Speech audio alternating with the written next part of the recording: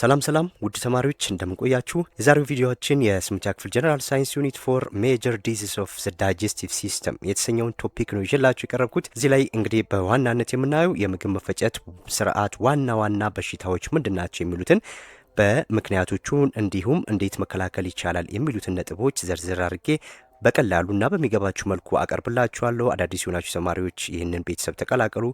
ነባሪው ናችሁም ላይክ በማድረግ ቪዲዮን ጀምሩ። በቀጥታ ወደ ሀሳቡ አለፍኩኝ። ኦኬ ኢንትሮዳክሽን ቱ ዳይጀስቲቭ ዲስኦርደርስ የምግብ መፈጨት ስርዓት በሽታዎች መግቢያውን ነው እዚህ ላይ የምንመለከተው ማለት ነው። እንግዲህ ለምንድን ነው ከዚህ በፊት በነበረው ቪዲዮ ላይ ዳይጀስቲቭ ሲስተም የሚለውን አጠቃላይ ሀሳቡን አይተናል። ዛሬ የዛ ቶፒክ ተያያዥ የሆነውን ሀሳብ ነው ይዤላችሁ የቀረብኩት ኢንትሮዳክሽን ቱ ዳይጀስቲቭ ዲስኦርደር። ሶ ይህንን አስታውሰን እንለፍ። ዋት ኢዝ ዳይጀስቲቭ ሲስተም ግን ምንድን ነው? እዚህ ጋር የምግብ መፈጨት ስርዓት ስንል ምን ማለት ነው? ሶ ዘ ዳይጀስቲቭ ሲስተም ኤ ኮምፕሌክስ ኔትወርክ ኦፍ ኦርጋንስ ሪስፖንሲብል ፎር ብሬኪንግ ዳውን ፉድ ኤንድ አብዞርቢንግ ኒውትሪየንትስ። የምግብ መፈጨት ስርዓት ስንል ምግብን የመሰባበርና ንጥረ ነገሮችን የመምጠጥ ኃላፊነት ያለባቸው ውስብስብ የአካል ክፍሎች ስብስብ ነው ማለት ነው። አጠቃላይ ዳይጀስቲቭ ሲስተም ስርዓት አይደል ይሄ። ስለዚህ እነዚህ ሁሉ ኦርጋኖች ይህንን ስራ ያከናውኑላል። ሁልጊዜም ዳይጀስቲቭ ኬት ይጀምራል? በአፋችን ውስጥ ይጀምራል አይደል? በጥርሳችን ውስጥ ይጀምራል። ከዛን የት ይጠናቀቃል? በትንሹ አንጀት ውስጥ ይጠናቀቃል ማለት ነው። ስለዚህ ትንሹ አንጀት ደግሞ አስፈላጊ የሆኑ ምግቦችን ለደማችን ይሰጣል። ከዛ በኋላ ደማችን ደግሞ ወደ መላው አካላችን ይሰጥልናል ማለት ነው። አላስፈላጊ የሆኑ ነገሮች ደግሞ በጠቅላላ በትልቁ አንጀት በኩል ይወገዳሉ ማለት ነው። ይሄ አጠቃላይ ዳይጀስቲቭ ሲስተም ስንል ይሄንን ነው። እንግዲህ እነዚህን ዳይጀስቲቭ ኦርጋኖችን የሚያጠቃ በሽታን ነው እዚህ ላይ የምናየው ማለት ነው። እነዚህ ኦርጋኖች ለምን እንደሚጠቁት እዚህ ጋር ቨልነራቢሊቲ ይለናል አይደለ? ተጋላጭነታቸው ምንድን ነው? ሶ ቨልነራቢሊቲ ዚስ ኦርጋንስ አር ሰሴፕተብል ባይ ፓቶጂንስ ላይፍ ስታይል ቾይስስ ኤንድ ፊዚዮሎጂካል ኢምባላንስስ። እንግዲህ እነዚህ የአካል ክፍሎች በበሽታ አምጪ ተዋሲያን ፓቶጂን የምንላቸው በሽታ አምጪ ተዋሲያን ናቸው። እንዲሁም በአኗኗር ዘይቤያችን ሊሆን ይችላል ላይፍ ስታይል ብለን ያልነው። ከዛም ውጪ ደግሞ ፊዚዮሎጂካል ኢምባላንስ ያልነው ማለት ነው። ኢምባላንስስ በእነዚህ በሶስቱ ምክንያቶች ምን ሊሆን ይችላል? ይህ የዳይጀስቲቭ ዲስኦርደር ኦር ዲዚዝ ሊከሰት ይችላል ማለት ነው። ስለዚህ እነዚህ እንደ ተጋላጭነታችን ስነ በእነዚህ ሶስት ምክንያቶች ሊከሰት የሚችል ነው ማለት ነው። ሶ we will explore 5 common conditions እነዚህን 5 መሰረታዊ በሽታዎችን ነው በዚህ ቪዲዮስ የምናየው ማለት ነው። የመጀመሪያው ኮንስቲፔሽን፣ ይሄ የሆድ ድርቀት ማለት ነው። ኮንስቲፔሽን። ዘ ሰከንድ ዋን ኢዝ ዲያሪያ፣ ይሄ ደግሞ ተቅማጥ ማለት ነው። ሂምሮይድስ፣ ይሄ ኪንታሮት። ጋስትሪቲስ፣ ይሄ የጨጓራ መቆጣት ማለት ነው።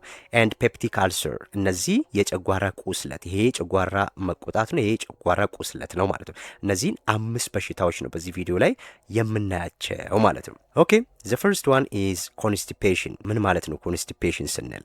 ኮንስቲፔሽን ስንል የሆድ ድርቀት ብያቸዋል አደለ? ስለዚህ ኮንስቲፔሽን የሆድ ድርቀት ማለት ነው።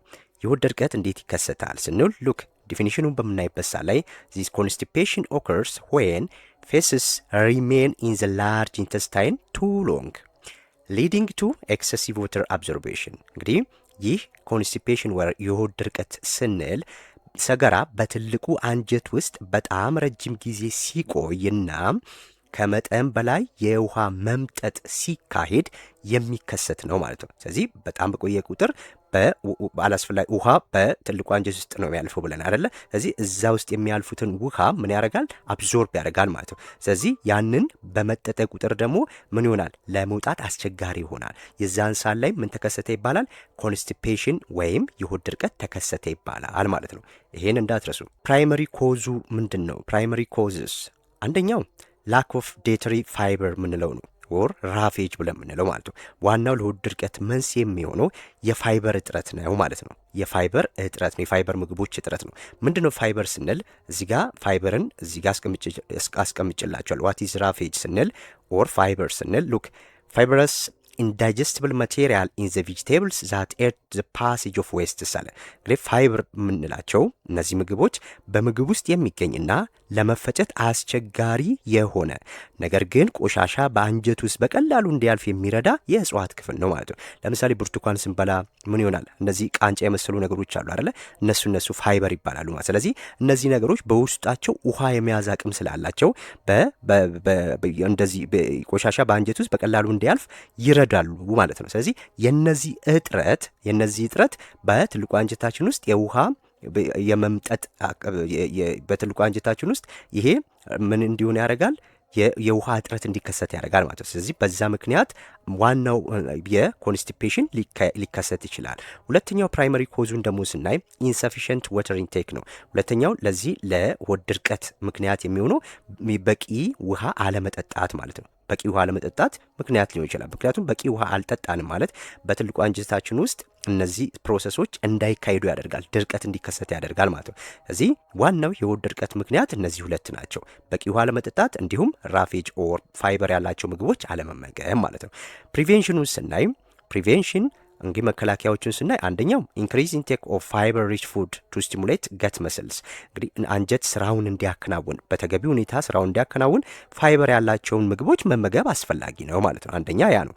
ሁለተኛውም ድሪንክ ሰፊሽንት አማውንት ኦፍ ዋተር ዴይሊ፣ ይሄ በቂ መጠን ያለው ውሃ መጠጣት። አንደኛ ለሆድ ድርቀት ብቻ ሳይሆን በቂ ውሃ መጠጣት ለሰውነታችን ለአጠቃላይ ለሴሎቻችን ወይ ለህዋሶቻችን አስፈላጊ ነው ማለት ነው። ስለዚህ ይሄ ኮንስቲፔሽን ሲባል አጠቃላይ ይሄ ነው ማለት ነው። ሁለተኛው የምግብ መፈጨት በሽታ ዲያሪያ ብለን የምንለው ነው። ይሄ ደግሞ የኮንስቲፔሽን ተቃራኒ ነው። ዲያሪያ ትርጉሙን ስናይ ዴፊኒሽን ኦፍን ኮልድ ወተሪ ፌስስ አለን። ይሄ ደግሞ ፈሳሽ ሲሆን ማለት ነው ሰገራችን። ስለዚህ ካራክተራይዝድ ባይ ፍሪኩዌንት ሊኩዊድ ባውል ሙቭመንትስ፣ ይሄ ከዛኛው ተቃራኒ ሲሆን ነው። ምክንያቱ ምንድን ነው ስንል ኮዙ ሉክ ታይፒካሊ አን ኢንፌክሽን ኦፍ ዘ ገት ዛት ኮዝስ መስልስ ቱ ኮንትራክት ሞር ስትሮንግሊ ኤንድ ራፒድሊ ዛን ምን አለ ዩዥዋል አለ። ስለዚህ ይሄ ደግሞ ምን አለን? አንጀት ከተለመደው በላይ በኃይልና በፍጥነት ሲኮማተር የሚከሰት ነው ማለት ነው። በኃይልና በፍጥነት በሚኮማተርበት ሰዓት ላይ ሊከሰት የሚችል ነው ማለት ነው። ይሄኛው የዲያሪያ ምንለው ማለት ነው። ሶ ዳንጀር አደጋው ምንድን ነው ታዲያ እንደዚህ በሆነ ሰዓት ላይ? ስለዚህ በሆነ ሰዓት ላይ ወይም ይሄ ሲከሰት ዲሃይድሬሽን ይከሰታል ማለት ነው። ዲሃይድሬሽን ሎስ ኦፍ ቫይታል ፍሉድስ ኤንድ ሳልትስ፣ እንግዲህ በሰውነታችን ውስጥ የሰውነት ፈሳሽ እና ጨው መሟጠጥ ይካሄዳል ማለት ነው። በሰውነታችን ውስጥ ሙሉ የሰውነታችንን ፈሳሽ እንዲሁም ጨው ከሰውነታችን ጠርጎ ያስወጣብናል። ስለዚህ ያ ደግሞ ከፍተኛ ችግር ያመጣብናል ማለት ነው። ስለዚህ እንዴት እንከላከለው በምንልበት ሰዓት ላይ ፕሪቬንሽን ትሪትመንት ዘ ፈርስት ዋን ኢዝ ኦራል ሪሃይድሬሽን ኦር ሪፕሌሲንግ ሎስት ፍሉድስ ኤንድ ሳልትስ። ይሄ ኦራል ሪሃይድሬሽን ስንል ራሳችንን በወጣው ወይም ከሰውነታችን ተጠርጎ በወጣው ፈሳሽና ጨው ምትክ ጨው በጥብጦ መጠቀም አንዱ ሊሆን ይችላል ማለት ነው። ስለዚህ በቂ የጨውና ውሃ ድብልቅ በመስጠት የፈሰሰውን መተካት ማለት ነው። አንደኛው ይሄ ነው። ኦአርኤስ ብለን የምንለው እኮ ያ ነው፣ የተበጠበጠ ስኳርና ጨው ነው። ስለዚህ ያንን ማድረግ እንችላለን ቤታችን ውስጥ። ሁለተኛው ሜዲካል ኢንተርቬንሽን ነው። የሕክምና ተቋማት ሄዶ በሐኪሞች መታየት። እንግዲህ ስቱል ኤግዛሚኔሽን ኤንድ ፕሮፐር ሜዲኬሽን፣ ይሄ የሰገራ ምርመራ ማድረግና ተገቢውን መድኃኒት መውሰድ ያስፈልጋል ማለት ነው። ይሄ የሆድ ድርቀት በጣም ዝግ ያለ ሂደት ሲሆን ተቅማጥ ደግሞ በጣም ፈጣን ነው ማለት ነው። ስለዚህ ሰውነት በሽታ አምጪ ተዋሲያንን በፍጥነት ለማስወጣት ሲሞክሩ ውሃ የመምጠጥ ጊዜ እንግዲህ ሰውነታችን በሽታ አምጪ ተዋሲያንን በፍጥነት ለማስወጣት ሲሞክሩ ውሃ የመምጠጥ ጊዜ ስለማይኖሩ ለድርቀት ይዳረጋል። ይሄ ደግሞ እነዚህን ማወቅ መቻል አለባችሁ ማለት ነው። ሶስተኛው ሄምሮይድስ ብለን የምንለው ነው፣ ፓይልስ። ይሄ ሄምሮይድስ ደግሞ ሶስተኛው ከምግብ መፈጨት ጋር ተያይዞ የሚነሳ በሽታ ነው። ዲፊኒሽኑ ስናይ ዚስ ሄምሮይድስ ስዎልን ቬን ሎኬትድ ኢን ዘ አነስ ኤንድ ሎወር ሬክተም አለ። ይሄ በብዙ ጊዜ ትርጉሙን በምናይበት ሰዓት ላይ ይህ ኪንታሮት በታችኛው ፊንጢጣ ክፍል ላይ የሚገኝ ደም መላሽ ቧንቧዎችን ቬን ስንነሱ ያሉ የእነሱ ቧንቧዎች ማበጥ ማለት ነው። ይሄም ማበጥ ነው። ስለዚህ ስዎልን ቬን ሎኬትድ ኢን ዘ አነስ ኤንድ ሎወር ሬክተም፣ ይሄ ኪንታሮት ብለን የምንለው ማለት ነው በአማርኛው። ስለዚህ አይነቶቹን ስናይ ስንት አይነት አለ ስንል አንደኛው የውስጥ ኪንታሮት ምንለው አለ፣ የውጭ ኪንታሮት ብለን ምንለው አለ። ይሄ አንደኛው የውስጥ ኪንታሮት ብለን ምንለው ነው። ዩዥዋሊ ፔንለስ በት ሜይ ብሊድ። አያችሁ የውስጥ ኪንታሮት አብዛኛው ጊዜ ህመም የለውም፣ ቢሆንም ደም ሊፈስ ይችላል ማለት ነው። ደም ሊፈስ ይችላል ይሄኛው። ሁለተኛው ደግሞ ኤክስተርናል ብለን ምንለው ነው። ሎኬትድ አንደር ዘ ስኪን አራውንድ ዘ አነስ ካን ቢ ፔንፉል። ይሄ ትንሽ አስቸጋሪ ነው። ይሄ በፊንጢጣ ዙሪያ የሚገኝ ሲሆን ከፍተኛ ህመም ሊያስከትል ይችላል ማለት ነው። ይሄኛው ህመም የለውም ውስጣዊ ሲሆን ግን ሊደማ ይችላል። ይሄ ውጫዊ ነው፣ ከፍተኛ ህመም አለው ማለት ነው። ፕሪቬንሽኑን በምናይበት ሰዓት ላይ እንዴት ነው ይህን መከላከል የሚቻለው ሲባል አንደኛው ኢት ሃይ ፋይበር ፉድስ አያችሁ፣ ፍሩትስ፣ ቬጂቴብል፣ ግሬንስ እነዚህ ምግቦች በጣም አስፈላጊ ናቸው። ፋይበር ያለባቸው ምግቦች፣ ፍራፍሬዎች፣ አትክልቶችን እንዲሁም ጥራጥሬዎችን እነዚህ መመገብ አስፈላጊ ነው። ምክንያቱም እነዚህ ምግቦች በፋይበር የበለጸጉ ስለሆኑ ለትልቁ አንጀታችን ክፍል ድርቀት እንዳይከሰትና ይሄ ሄሞሮይድስ እንዳይከሰት ይረዳል ማለት ነው። አንዱ ይሄ ነው። ሁለተኛው ሜንቴን ሃይ ፍሉድ ኢንቴክ፣ ይሄም በቂ ፈሳሽ መጠጣት፣ ሌላኛው በቂ ፈሳሽ መጠጣት ማለት ነው። ኢንጌጅ ኢን ሬጉላር ፊዚካል ኤክሰርሳይዝ እንዲሁም የአካል ብቃት እንቅስቃሴ ማድረግ እነዚህን ሄሞሮይድስን ለመከላከል ይጠቅመናል ማለት ነው። አያችሁ ሄሞሮይድ ስንል ይሄኛው ቬኖቻችን፣ ይሄ እንግዲህ ላርጅ ኢንተስታይን ነው አይደለ? ስለዚህ ይሄ የቬኖች እብጠት ሲከሰት ነው ውስጥ ሊያብጥ ይችላል። እዚህ ጋር ያችሁ። ስለዚህ ይሄ እዚች ጋር ያለችው ምልክት ማለት ነው። ስለዚህ እብጠት ይከሰታል። ስለዚህ ይሄ ህመም ሊኖሩ ይችላል። ውጫዊ ከሆነ ውስጣዊ ከሆነ ደግሞ ህመም አይኖረውም፣ ግን ብሊዲንግ ሊከሰት ይችላል ማለት ነው። አራተኛው ጋስትሪቲስ ብለን የምንለው ነው። ጋስትሪቲስ ይሄ የጨጓራ መቆጣት ማለት ነው። ሶ ዲፊኒሽኑ ስናይ ኢንፍላሜሽን፣ ኢሪቴሽን ኦር ኢሮዥን ኦፍ ዘ ስቶማክ ላይኒንግ ይሄ የጨጓራ የውስጠኛውን ሽፋን መቆጣት፣ መመረዝ ወይም መሸርሸር ነው ማለት ነው። ስለዚህ ሁኔታዎቹን ስናይ ዱሬሽኑ ቆይታውም ወይም ሁኔታው እዚህ ጋር ምንድነው የሚለው ኢት ካን ቢ አኪዩት ሊሆን ይችላል፣ አይው ሰደን ሊሆን ይችላል፣ ኦር ክሮኒክ ሊሆን ይችላል፣ ግራጁዋል ሊሆን ይችላል ማለት ነው። ስለዚህ አኪዩት በድንገት ሊከሰት ሊችል ይችላል፣ ወይም ቀስ በቀስ አኪዩት ማን ነው ግራጁዋል ሊሆን ይችላል። ይሄ ክሮኒክ ነው። ቀስ በቀስ የተከሰተ ከሆነ ውስጣችንን ጎድቶ ነው ሊሆን የሚችለው ማለት ነው። አኪዩት ይሄ በፍጥነት ሊከሰት የሚችል ማለት ነው። ስለዚህ ይሄ የጋስትሪቲስ አይነቶች ናቸው። ይሄ ጋስትሪቲስ በደንብ ለዩ። ይሄን ፔፕቲክ አልሰርና ጋስትሪቲስ ልዩነት ስላላቸው ማለት ነው። ስለዚህ ይሄኛው የጨጓራ መቆጣት ላይ እንዴት ነው የምንከላከለው ስንል አንደኛው ፕሪቬንሽን ስትራቴጂስ ሉክ አቮይድ ትሪገር ፉድስ ኤንድ አልኮልስ፣ በጣም አቃጣይ ወይም ጨጓራችን ቀስቃሽ ምግቦችና አልኮልን ማስወገድ አለባችሁ ይለናል። ብዙ ጊዜ የሚያቃጥሉ ምግቦችን ብቻ መመገብ ያ የጨጓራ መቆጣት ሊያስከስት ይችላል። ሁለተኛው አልኮልን ደጋግሞ መውሰድ፣ ይሄም ችግር ሊያመጣ ይችላል። ኩዊት ስሞኪንግ ኤንድ ማኔጅ ስትረስ፣ ይሄም ሲጋራ ማቆምና ጭንቀትን መቀነስ። ጭንቀትም ለዚህ ምክንያት ሊሆን ይችላል። ምክንያቱም ጭንቀት ባበዛን ቁጥር በውስጣችን የሚከሰቱ ሆርሞኖች ሊመነጩ ይችላሉ። የስ አሲዶች ሊበዙ ይችላሉ። ያ ደግሞ ጨጓራችንን ሊያስቆጣው ይችላል ማለት ነው። ሜንቴን ሄልዚ ዌይት፣ ይሄም ጤናማ የሰውነት ክብደትን መጠበቅ አለብን።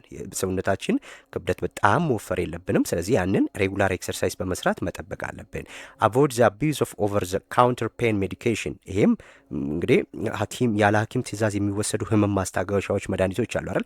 እነሱን ሐኪም ሳናማክር አለመውሰድ። ስለዚህ በሐኪም ሳይታዘዝ መድኃኒቶችን አለመጠቀም። ምክንያቶችም እነዚህ መድኃኒቶች አንደኛ ኬሚካሎች ናቸው፣ በውስጣችን ገብተው ይህንን ችግር ሊያስመጡብን ይችላሉ ማለት ነው። ስለዚህ እነዚህን መጠንቀቅ መቻል አለብን። ጋስትሪቲስ ሉክ እንግዲህ ይሄ ነው። ይሄ ሆዳችን ስቶማክ አለ፣ ኢሶፋገስ አለ፣ እዚህ ጋር ገዝ ስቶማክ አለ። እችኛዋ ምንድናት? እቺ ዶዲነም ብለን የምንለው ናት አይደል? ዘ ፈርስት ፓርት ኦፍ ስሞል ኢንተስታይን ኢዝ ኮልድ ዶዲነም ብለናል። እዚህ አሁን ይሄኛው ኖርማል ሲሆን ነው።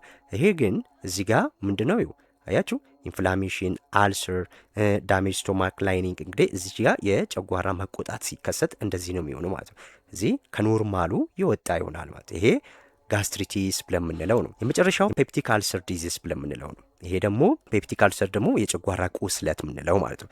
ሶ ዲፊኒሽኑ ስናይ ፔንፉል ሶር ኦር አልሰርስ ኢን ዘ ላይኒንግ ኦፍ ስቶማክ ኦር ዘ ፈርስት ፓርት ኦፍ ስሞል ኢንተስታይን ኦር ዶዲነም። አያችሁ ይሄ ደግሞ በጨጓራ ወይም በትንሹ አንጀት መጀመሪያ ክፍል ላይ ዶዲነም በምንለው አካል ላይ የሚፈጠር ከፍተኛ ህመም ያለው ቁስለት ነው። ይሄ በጣም ከጋስትሪቲስ ከፍ ያለ ነው፣ ከፍተኛ ህመም አለው ማለት ነው። ስለዚህ ይሄ አንደኛው ነው፣ ፔንፉል ሶር ኦር አልሰር ኢን ዘ ላይኒንግ ኦፍ ስቶማክ ኦር ዘ ፈርስት ፓርት ኦፍ ስሞል ኢንተስታይን ዶዲነም ላይ የሚከሰት ነው ማለት ነው። ሶ ይህ ሜካኒዝሙ እንዴት ይከሰታል ስንል ሜካኒዝሙን ስናይ ብሬክ ዳውን ኢን ዘ ቲክ ሚውከስ ሌየር ዛት ኖርማሊ ፕሮቴክት ዘ ስቶማክ ፍሮም ኢትስ ኦውን አሲዲክ ዳይጀስቲቭ ጁስስ አለ። የጨጓራችን ሽፋን ከራሱ አሲድ የሚከላከልበት ይህ የወፍራም ዝልግልግ ያለ ሚውከስ የተባለውን ሽፋን ሲጎዳ የሚከሰት ነው ማለት። ያ ሽፋን ሲጎዳ ምን ይከሰታል? ይሄ ነገር ይከሰታል ማለት ነው። ሶ ፕሪቬንሽኑ ስናይ ፕሪቬንሽን አንዱኛ አቮይድ ቶቤኮ ኤንድ አልኮል፣ የመጀመሪያው ሲጋራ እና አልኮልን ማቆም ነው። ምክንያቱም እነዚህ ያንን በውስጣችን የሚከሰተውን የአሲድ መጠን ሊያበዙት ይችላሉ። ሁለተኛውም ፕራክቲስ ጉድ ሃይጂን፣ ያችሁ ሃንድ ዋሽንግ ቱ ፕሪቬንት ባክቴሪያ ኢንፌክሽን።